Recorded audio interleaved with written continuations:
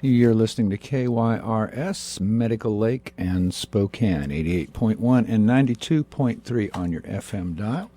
Coming to you now, it's Long Waves with Gary Krug.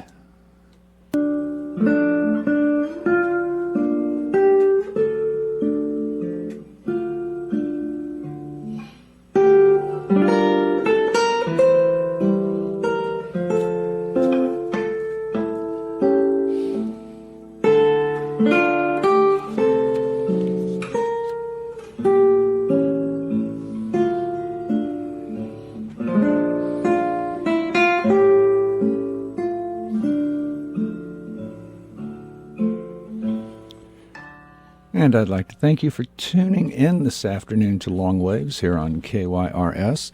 I'd like to say at the beginning of the show that the opinions and views expressed here are solely those of myself and do not necessarily reflect the views of KYRS, its staff management, or of its underwriters. Well, today I've got to talk about the eternal present, that we have no sense of history, no sense of future, no sense of past, no sense of how things fit together.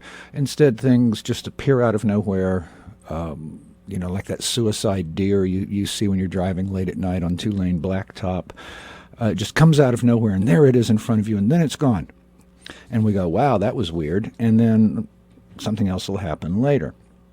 But it's important for us to have a sense of history and a sense of perspective so that we know how events, as they appear on our TV screen or on our internets or in our news feeds or wherever, so we know how these events fit together so that we don't fall back on the taken-for-granted, commonsensical approach to such things. Admittedly, the world is a dangerous place. And right now, it's especially dangerous. We've got all these little hot spots where all kinds of strange things are happening. We could talk about Ukraine, and I will, because I usually do. We could talk about the Middle East, and I will, because I usually do. We could talk about climate change. We could talk about things closer to home, such as the emergence of the prerogative state, which I've done one show on, and I'll continue to talk about. The idea that there's a state that exists above the state, and this higher state, the prerogative state, gets to make its own rules. So they can torture and kill. They can suspend habeas corpus. They can do all of these things that the normative state can't do because it has checks and balances. But this is one of the things we could talk about. We could talk about the rise, which is linked to the prerogative state, of the the police state, which daily, it seems, displays its power and kills and steals and imprisons with impunity and very little recourse to something that would look like law or justice. It's hard to put all of these things together, especially when it's only details that are largely thrown at us. Details about ISIS, details about Al-Qaeda. And it's hard to, I feel like I need a scorecard just to keep track of what's what and who's who. Okay, so we've got Shia and Sunni. All right, there's a little framework we can work with. Shia, that would be Iraq and Syria and ISIS. And then we've got Sunni, and that would be Saudi Arabia and Al-Qaeda and probably al-Nusra. But that really doesn't help much. It doesn't really give us the historical perspective. So we know who the players are. We kind of know who hangs with who. But the historic perspective, the social perspective, is the bit that's missing. And one of the things that hinders it hugely is the abject toadying of the American news industry. The propaganda wars that are all around us, especially on issues that are key to U.S. policy. So U.S. and Russia, Ukraine and NATO, there is this tsunami of propaganda coming from the U.S., counterstatements coming from the Russians, stuff coming from NATO, which supports the U.S., other allies, other enemies. Everybody's got a dog in this fight. And it's complicated that it's very difficult to find meaningful, more or less truthful, or at least meaning to be truthful, accounts, statements, reports that one can rely on. Instead, we have the lies and distortions by governments and their mouthpieces. So on our side, we could talk about The Guardian. We could talk about the BBC. We could talk about the New York Times. Any number of Washington Post. We could talk about the mainstream television networks, which are openly playing the U.S. official song over and over and over again with very little dissent and very little critical analysis. So we're fighting a global war on terrorism, which I'm just going to call GWAT, because GWAT seems to fit it. And we don't know what it is. We don't know what it means. Well, terror, that's bad.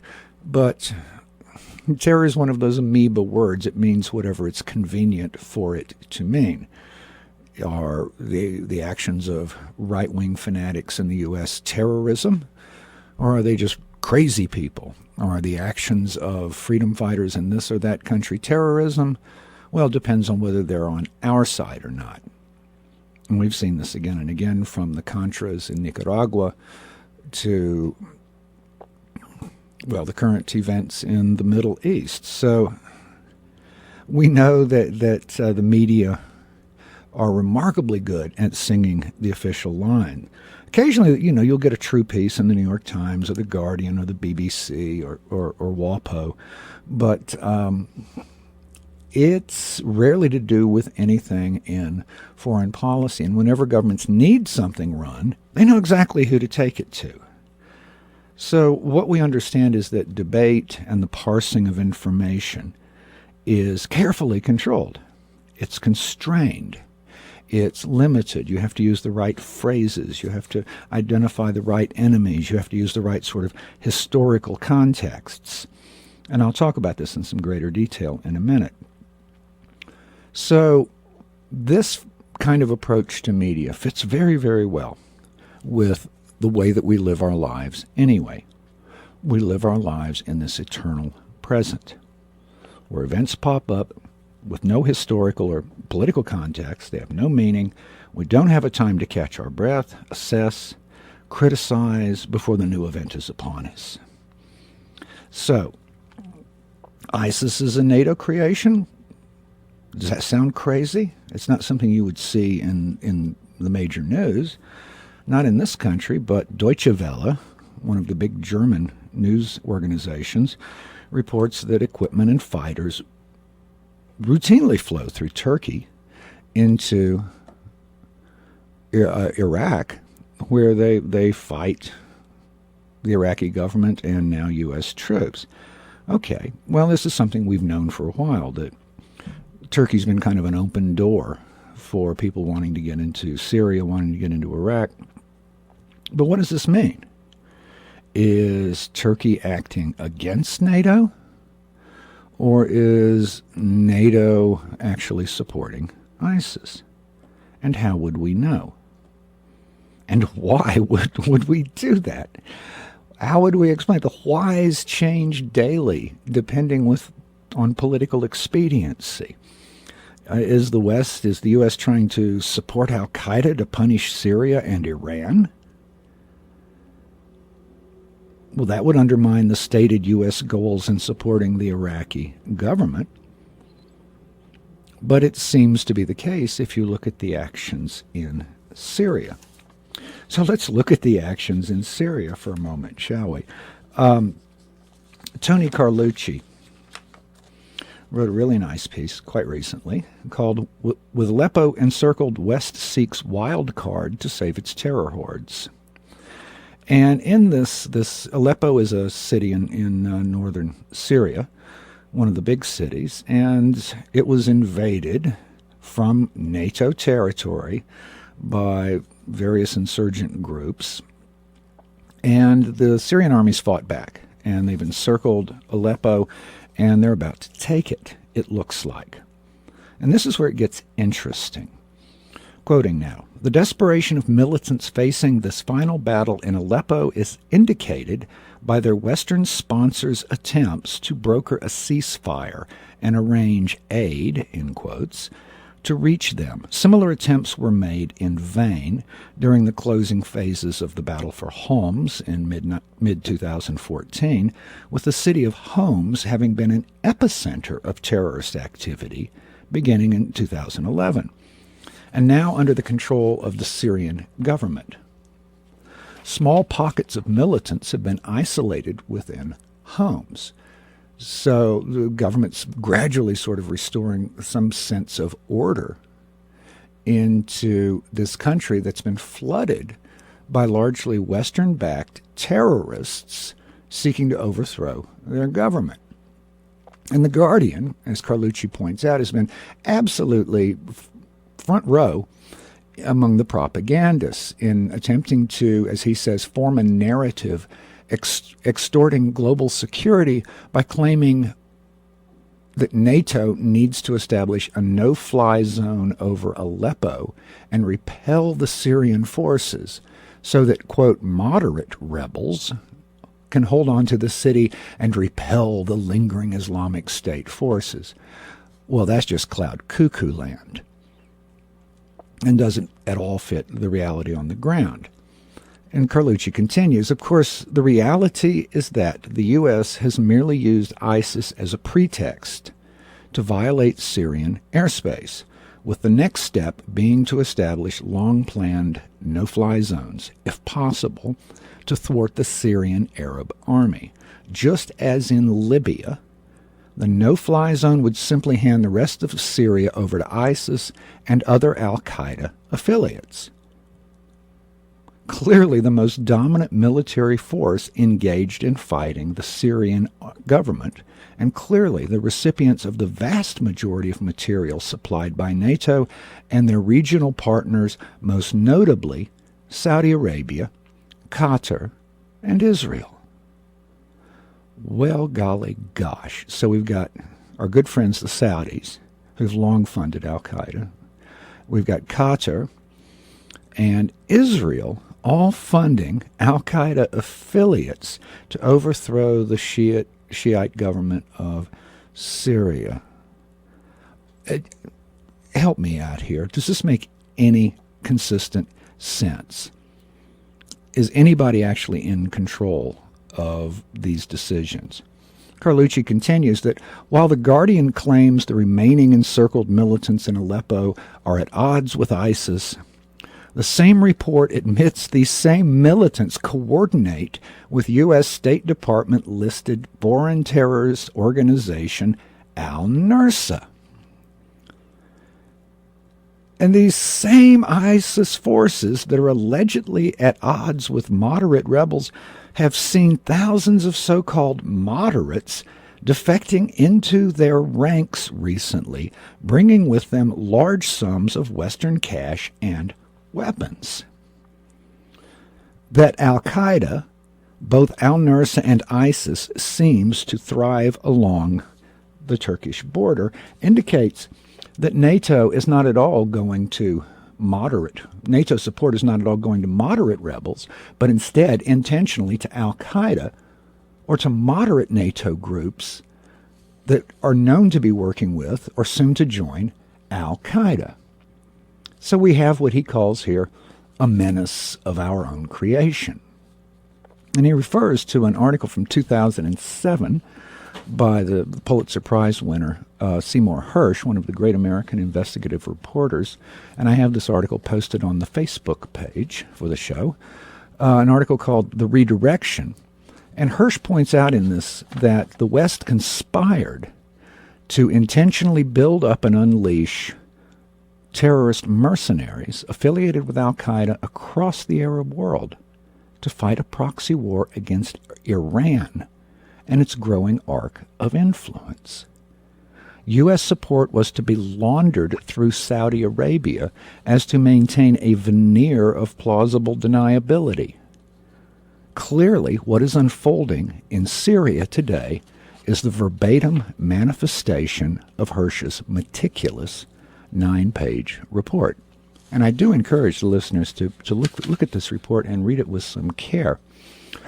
So what we have is this ongoing conflict in Syria is not a civil war. And Carlucci points out that they need to be very clear in pointing out that this is not a civil war. It's a terrorist invasion. And that any strategy must include the Syrian government, which is, he points out, the most capable force confronting al-Qaeda in the Levant since 2011. So it seems unlikely, though, that those folks in power have any such thoughts about doing any such things. It seems exceedingly improbable. And it's all very hard to follow, no? Perhaps these constant quick shifts in government positions and government policies is in part deliberate. Let me think about this for a minute. Because they've got to shift positions constantly. We're against al-Qaeda, we're for al-Qaeda. We supply al-Qaeda, we train al-Qaeda, we bomb al-Qaeda. It's this back and forth game. And we remember where al-Qaeda came from. Initially, we trained up the Mujahideen in Afghanistan to fight the Soviets. Al-Qaeda jumped on the bandwagon. So, again, a disaster of our own making. But these constant shifts of policy of, if it's Tuesday, we're at war with Oceania, we're not at war with East Asia. This is deliberate to sell policies and decisions already made to the American people. And they necessarily require simplistic, jingoistic statements that appeal to God and country, Gott und Reich. And these sorts of slogans that have appealed to people are engineered to appeal to people who are distracted, naive, uninformed, and generally simplistic. In other words, the American electorate. I'll say it again. Distracted, naive, uninformed, and generally simplistic. Right and wrong. Good and bad.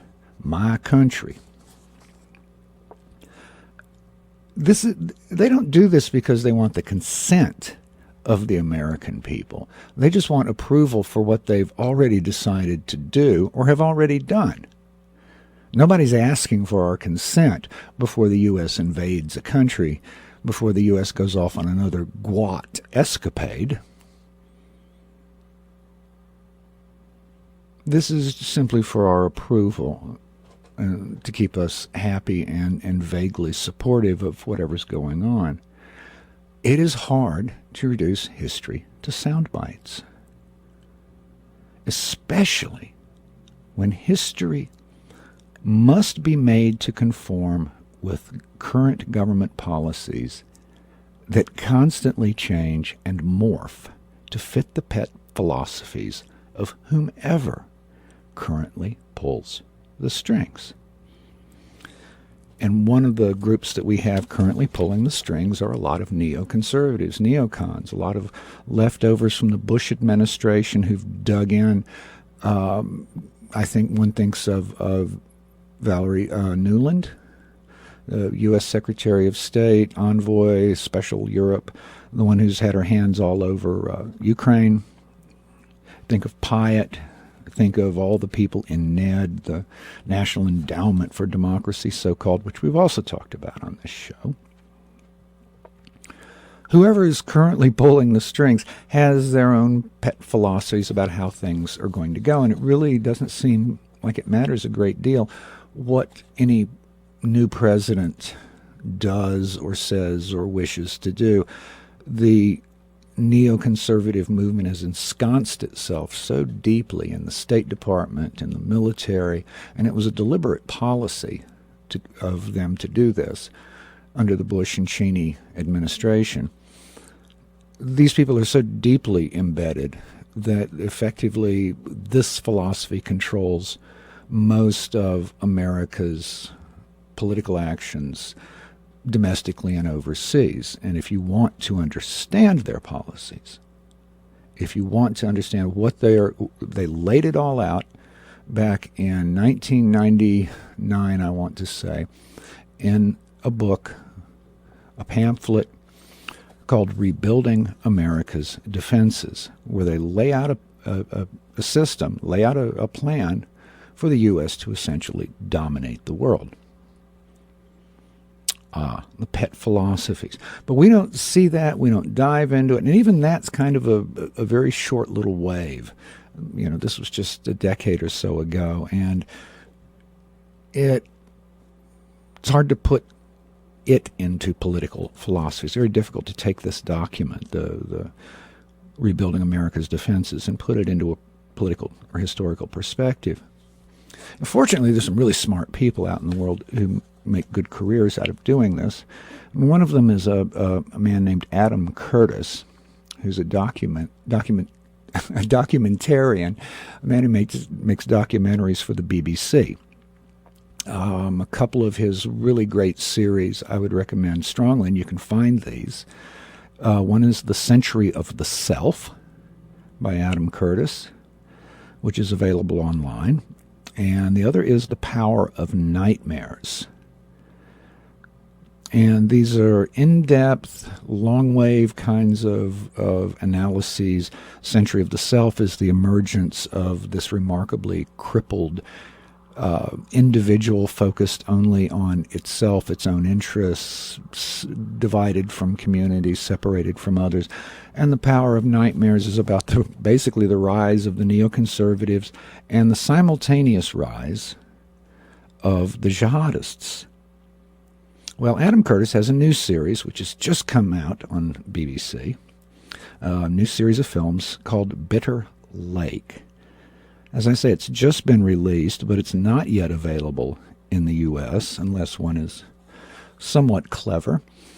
And if you wish to watch this, if you wish to watch Bitter Lake, I recommend you get an add-on for your browsers called Hola, H-O-L-A.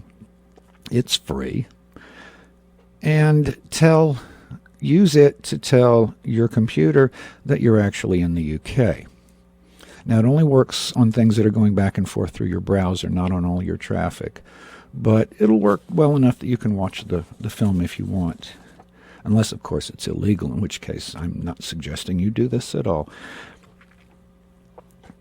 Anyway, Adam Curtis argues in this series of films, Bitter Lake, that politicians deliberately play the complexity card as a strategy to confuse and mislead both their own people as well as their political enemies, both foreign and domestic. So you throw constantly changing stories, constantly changing activities. One day you're a lefty, one day you're a righty, one day you're very pro-religion, one day you're very pro-religious freedoms. And you shift positions constantly so that no one can pin you down. And it's even been suggested that this is something that Vladimir Putin does remarkably well. I haven't watched the whole series yet, but it is a clever idea, and it seems to work. I do know that the show contains a remarkably good history of the Saud clan, especially King Faisal, and a very good coverage of parts of the Wahhabi people and tribe, and the spread of their peculiar and, dare I say, now familiar brand of Islamic fundamentalism, 18th century social models and legal systems, as well as their propensity to violence to enforce their beliefs. It's a good little series. I recommend it. So, all of this, excuse me, all of the rise of the Wahhabi, this Islamic fundamentalism, this 8th century idea of law and society, this use of violence to enforce religious beliefs. All this was done with the express encouragement of the United States, because the United States was having it's a different kind of GWOT back then. This was the global war against communism, GWOC, I guess we could call it. And the U.S. partnered with Saudi Arabia and strongly encouraged King Faisal to do this. And he thought it was a good idea because it basically gave the Wahhabis something to do, so they weren't plotting to overthrow his government. Instead, they were spreading Wahhabism with Saudi oil money to places like Afghanistan, Pakistan, India, and throughout the Middle East. And these are precisely the places where we now find ourselves fighting the global war against terror. The global war on terror, the GWOT. But these long waves, we don't see these long waves. We don't see that Roosevelt met with King Faisal and encouraged close relationships. We don't see that Truman encouraged this global war against communism and was very happy that Saudi Arabia was getting on board with this. These remain hidden from us. And so Saudi Arabia, it just remains strange and confusing. We don't get it. It's not terribly confusing when you dive in.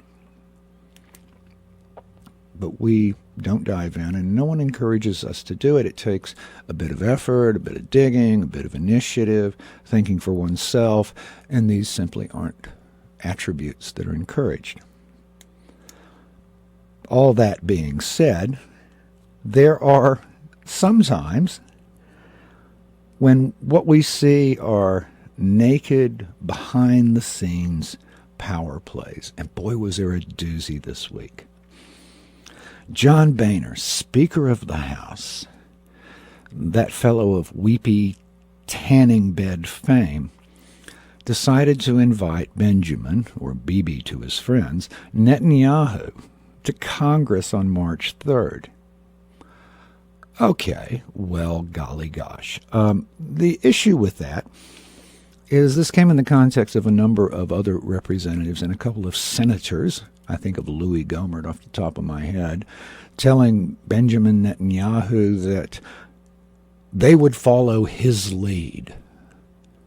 Well, that seems tantamount to, if not treason, certainly disloyalty, and that Boehner would invite Bibi to address Congress, this happens on the 3rd of March, without bothering to tell the president until the deal was set. This is the height of disrespect. And Netanyahu didn't bother to coordinate this bit through the White House either. So now we've got Congress, or at least Boehner, thinking he's going to set foreign policy for the United States and that he's going to undermine the policies of the White House with this little trick, which some White House people have referred to as a slap in the face to President Obama.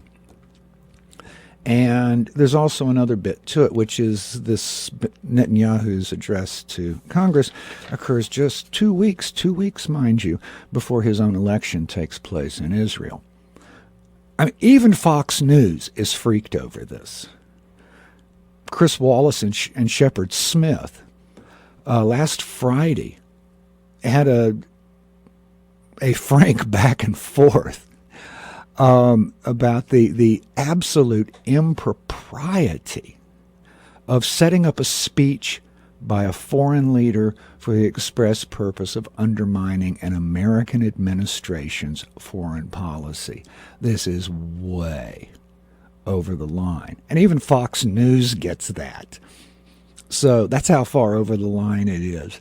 Hunter's blog, which was reported on the Daily Kos, wrote this: the rationale for inviting Netanyahu is most specifically to undermine American diplomatic efforts in shutting down Iranian nuclear efforts, shifting momentum back toward potential American military action against Iran.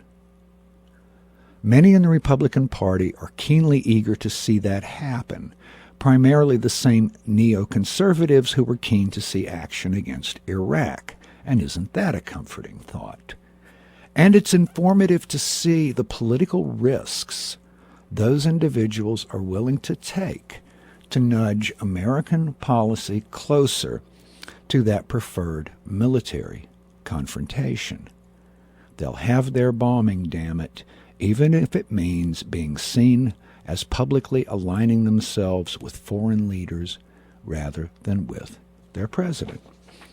And there are a lot of factions who are pushing for this war with Iran.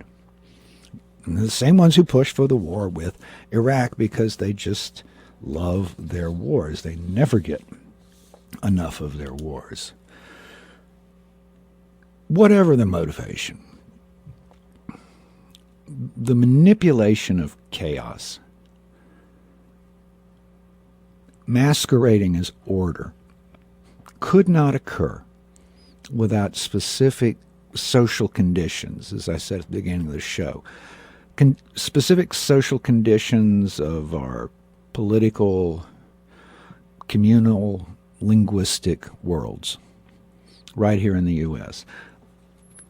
Douglas Rushkoff wrote a book called Present Shock about this sort of thing and other fun things. In it, he mentions the idea of overwinding, which is a nice metaphor. Overwinding, we compress time into progressively smaller and smaller pieces, sometimes into singularities, so that history becomes one instance that we draw on.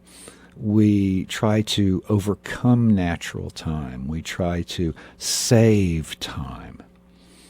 But this always comes with a price. You can take steroids to speed muscle growth, but it comes with a price.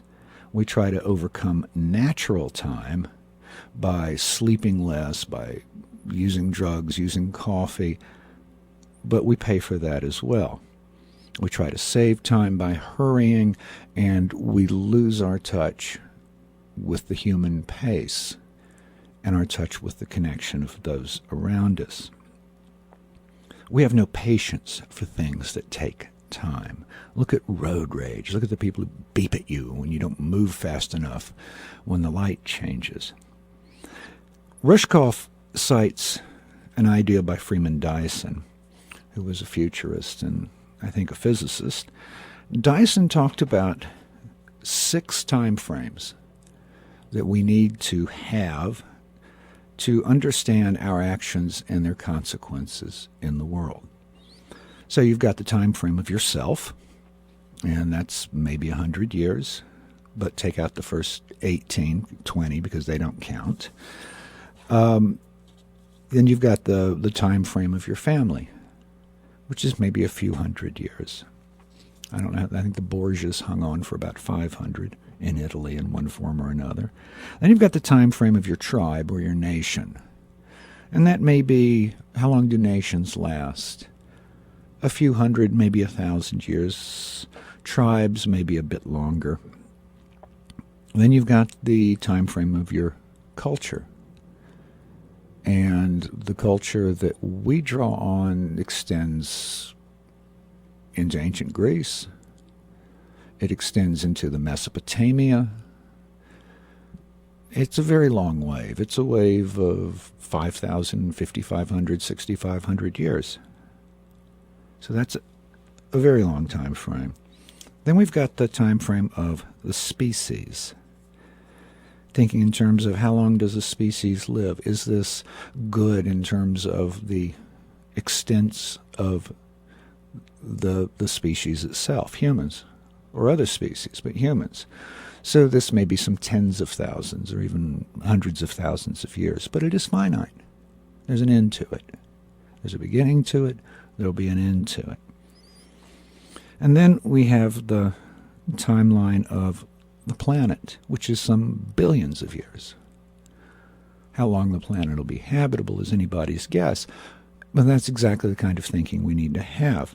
If we were to take this chaos and put it into time frames, instead of looking at them as blips if we were to put it in the time frame of self, I'm of an age where I vividly remember Vietnam, where I vividly remember a number of the wars of South and Central America waged by the U.S., where I vividly remember a lot of the Middle East shenanigans and Gulf War doodah number whatever.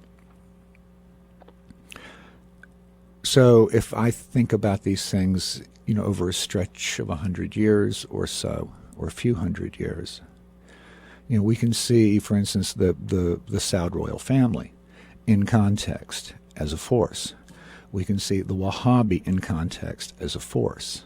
We can see shifts in policy as a force.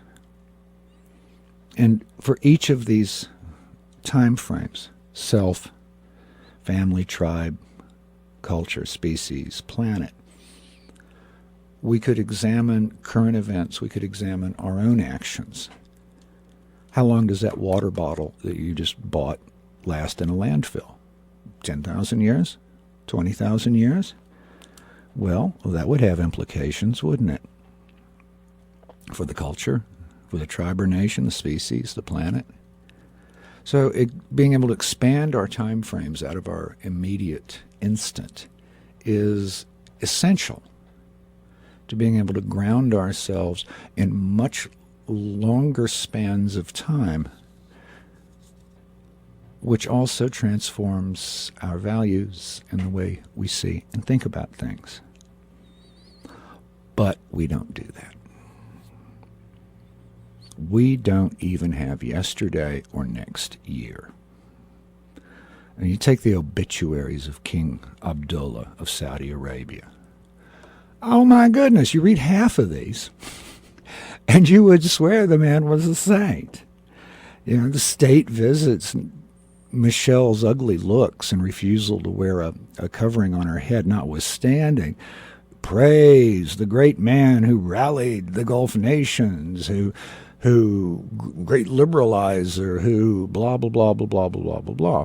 Well, he wasn't a liberalizer, and he was no friend of democracy. He was an autocrat who routinely had people beheaded for crimes, as well as other bits out of the Saudi legal system, chopping off hands, whipping, all of these kinds of things, who suppressed any extension of rights for women, except one or two token events. And the only honest obituary I saw of him was on The Guardian. So what did Abdullah do, King Abdullah? He rallied the Gulf nations against democratic rule, especially in Egypt, because we couldn't have democratic rule if they picked the wrong people, and that's key. The U.S., the West, the powers that be cannot have democratic rule if folks insist on picking the people we don't like. King Abdullah was essential to the growth of al-Qaeda and other terrorist organizations, pouring millions, hundreds of millions into these organizations. And he was always our stalwart friend in the Middle East. I remember the U.S. used to refer to the two pillars of freedom in the Middle East. One of them was Saudi Arabia, and the other was Iran, back when it was ruled by the Shah, who, of course, we installed after a coup, where we took out Mossadegh, who was democratically elected and wanted to have a better price for the oil. I've talked about this. You can look it up. 1952, I believe it was. Mossadegh was toppled by a CIA coup. We installed a ruthless military dictator named from the Pahlavi family, the Shah of Iran. And the next 20 years were just a nightmare for political dissent, political freedom in Iran. Anyway, so there's a long history there. There's a U.S. love affair with the Saudis going back to Roosevelt and the end of World War II, when Roosevelt actually met with the Saud royal family. So Shia and Sunni did get along once with us and with each other until it broke, until it came apart until we broke it, basically. I think that's what happened. Anyway, Tom Englehart in his Tom Graham had a lovely little thought. He says he has a new way of thinking, a new category in his mind that he calls what could possibly go wrong. All right? So he talks about how the U.S. now has boots on the ground in Somalia. You remember Somalia, Black Hawk Down, right? That was 1993. And now we've got, we've long had a secret base and a prison there, but we've got boots on the ground to advise and coordinate, blah, blah, blah, blah, blah. You know the drill. What could possibly go wrong? He refers to the concept of blowback. So send a drone over Yemen with the intent to kill, kick down doors in Afghanistan or Iraq, put boots back on the ground in Somalia, and you're going to be guaranteed unintended consequences and undoubtedly some form of blowback as well. Well, he's right. And we see this again and again and again, but we fail to see these as relating to blowback, as directly tied to U.S. actions overseas. They just pop up out of nowhere. Oh, why are these people so crazy? Why do they hate our freedoms? And we have simplistic, half-assed ideas about why they're doing it. Tom continues, tactics change, but the ill-conceived, ill-begotten, ill-fated GWOT, global war on terror, which long ago outran its overblown name, continues without end and without either successes of any lasting or serious reconsideration. No successes or any lasting or serious reconsiderations. And that's it. We keep playing this one-trick pony. We keep riding this one-trick pony and expect the outcome is going to be different. Or maybe we don't. Maybe chaos is the point. Well, he continues about the early Gwotsters. Quote, their idea of a snappy quip was, everyone wants to go to Baghdad. Real men want to go to Tehran. And they loved to refer to the greater Middle East as the Ark of Instability. That, mind you, was before they sent in the U.S. military. Today, 12 years later, that long-gone world looks like an ark of stability. While the U.S. has left the greater Middle East from North Africa to Syria, from Yemen to Afghanistan, a rolling catastrophe zone of conflict, refugees, death, and destruction. As it happened, the Bush administration's invasion in Afghanistan and Iraq proved to be the only genuine weapons of mass destruction around, loosing, among other things, what could prove to be the great religious war of all time. The greatest religious war of all time. So this is all in a lead up to another article, no less, which I'm going to get to in just a moment, by Nick Terse, which is about precisely how we're playing this game. You know, what it is we're trying to accomplish. So, before I do that, let's sort of pull it all back together again. Some of the distortions we see in media, some of the distortions in language, some of the lies, some of the twisted language, some of the distortions and all, some of these are deliberate. Some of these are designed to keep us angry at the wrong people, to cover our own evil and destructive actions from us, because everybody else knows we did it. We're just pretending we don't know. Kind of like 5-year-olds. Oh, I got no idea how it broke. And to provide a leaky umbrella of moral cover to legitimate our actions to ourselves and the world. So we can stand and say, oh, yeah, well, we didn't do that. And we do. We do it all the time. So sometimes these are deliberate. We see Radio Free Europe, which is a lovely propaganda tool. We see, what's the other ones associated? Radio Liberty or something like that. run by the same group. We see Shabahi, which is a propaganda service in the Horn of Africa. We see journalists and editors bought by administrations.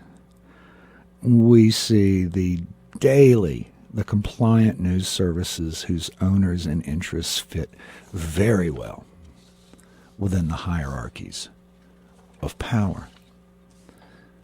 This is no problem for us at all. So let's look at one of these for a minute. You know, I love going on about Ukraine because it's such a great study in propaganda. And the New York Times really outdid themselves this week. But rather than listen to me drone on, I'm going to read bits of a piece by Robert Perry.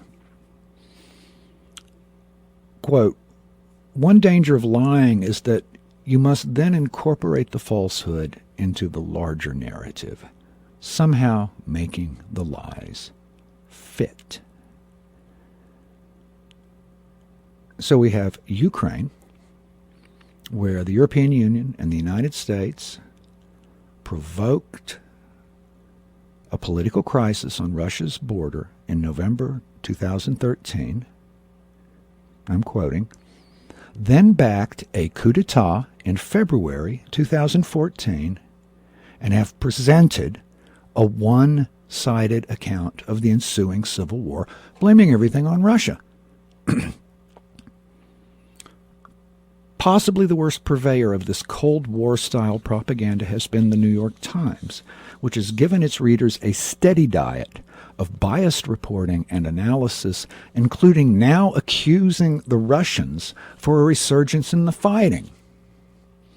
One of the ways the Times has falsified the Ukraine narrative is by dating the origins of the crisis to several months after the crisis began.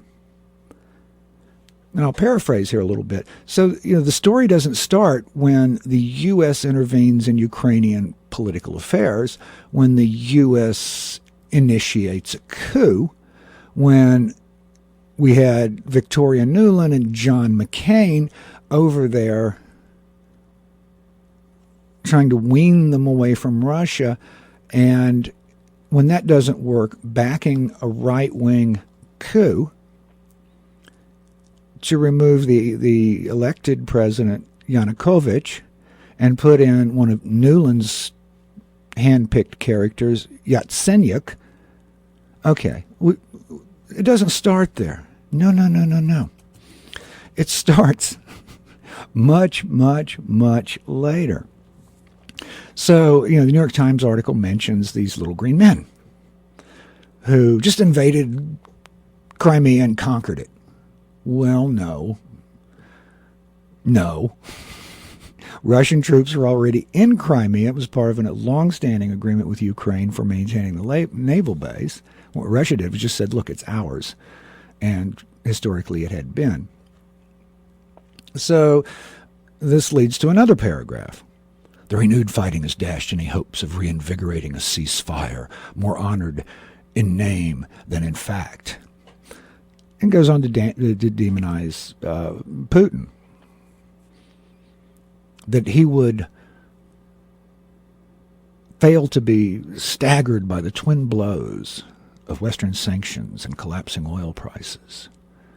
Well, gee, you kind of underestimated that one, didn't you, folks? To assume that an attempt to get Ukraine to cut its long-standing ties with Russia and pull them into NATO, really? You don't think Russia's going to react to that? So you've got Kiev in the hands of extreme right politicians, including real Nazis, who regard Russia as a historic enemy. They conduct an ethnic cleansing of eastern Ukraine, where literally thousands of ethnic Russians have been killed. It's hard to imagine the Russians were going to sit on our hands, right? But none of this plays into the New York Times piece. It is so badly written, I don't think it could pass a journalism class. I really don't. And it is really hard, given the way they're framing it, to imagine how we avoid a genuine clash between Russia and the West. This is the scary bit. This is the scary bit. So, in November 2013, back to the article, Yanukovych learns from experts at the National Academy of Sciences of Ukraine that if he severs his business connections with Russia and goes with the EU, it's going to cost his country, Ukraine, about $160 billion, about 50 times more than the EU had estimated. The figure stunned Yanukovych, who pleaded for financial help the EU couldn't provide. This is what the magazine said, the Der Spiegel. So Western loans would have to come from the IMF and blah, blah, blah. Anyway, all of this crushed Ukraine. So Putin, this is before the coup, Putin offers a more generous package of $15 billion. Yanukovych backs out of the EU agreement, and that's when the trouble starts. Angela Merkel said, and I quote, "I feel like I'm at a wedding where the groom has suddenly issued new last-minute stipulations." So the deal collapses. The U.S. neocons put their boots on and get to work. Back to the article, quoting now. Assistant Secretary of State Nuland, a prominent neocon holdover who advised Vice President Dick Cheney, passed out cookies to anti-Yanukovych demonstrators at the Maidan Square in Kiev. At the Maidan Square in Kiev, and reminded Ukrainian business leaders that the United States had invested $5 billion in their European aspirations. I mean, do you see how nuts this is? Senator McCain, who seems to want war pretty much everywhere, joined Ukrainian rightists on stage at the Maidan, urging on the protests. A U.S. senator urging on the protests. And, of course, the U.S.-funded National Endowment for Democracy had all kinds of political operatives who supported the disruptions. The president of the National Endowment for Democracy identified Ukraine as, quote, the biggest prize and an important step toward toppling Putin. So now we see the real long game, toppling Putin.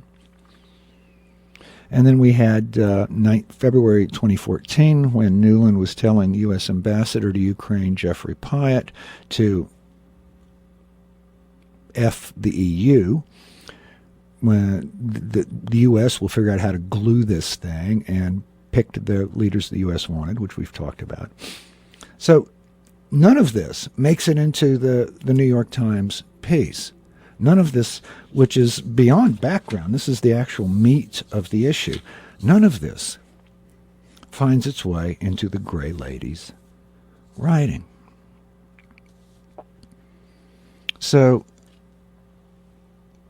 Americans really have no good idea of this history.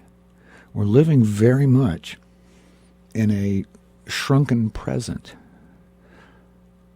We're living very much with pinpoint views of world affairs and no understanding that has any duration, any longitudinal reach to it. And this is sad because it strips from us one of the great things that human beings have always been good at least for the last 7, 8, 10, 20, 30, 40,000 years, depending on how you want to figure this.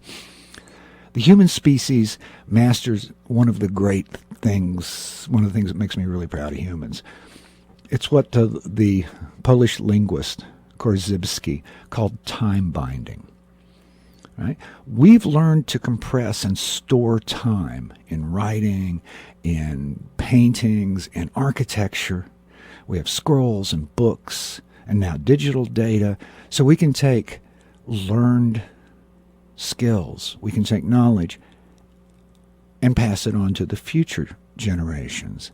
without them having to learn it again from the beginning. This, of course, assumes that we have future generations. This is a process very much analogous to the function of plants, which store sunlight, solar energy, for later use. We store knowledge, or at least we did, because in the eternal present, knowledge and wisdom have little place and even less currency. The loss of interest in wisdom masks a dangerous, if not a terminal phase of this culture and of this country. Uninformed and willfully stupid people cannot even meaningfully assent, much less question or disagree with policies and politics and wars. And so, we continue our descent into the stultified individual who knows what he knows, and nobody's telling him or her what to think. No siree, Bob. Nobody's going to tell me how to stop my children from catching preventable diseases like the anti-vaxxers. And no one's going to tell him or her not to hate the other, about whom, if they know anything, it is likely a lie placed there purposefully to fire hatred, division, mistrust, and to support violence. Oh, and by the way, the U.S. wants to spend $95 million per day for 10 years to rebuild our capability to threaten the world with global nuclear extinction. Oh, I'm sorry, I got that wrong. It's to keep us safe. That's what I'm supposed to say. It's to keep us safe and deter threats. And so, hold that thought, right? Hold that thought. This concludes today's show. Thank you so much for listening. This has been Long Waves with Gary Krug on KYRS, Medical Lake in Spokane, 88.1 and 92.3 FM. You can write me longwaves at kyrs.org. You can find me on Facebook. That's Longwaves Radio on Facebook. I tried to get Longwaves. I think it's a surf shop. Longwaves Radio on Facebook. And you can also get links to the podcasts of previous shows, leave comments, and look at some of the articles which I link that are used in the shows. Thank you again for listening. And until next week, I'm out of here. Have a great week.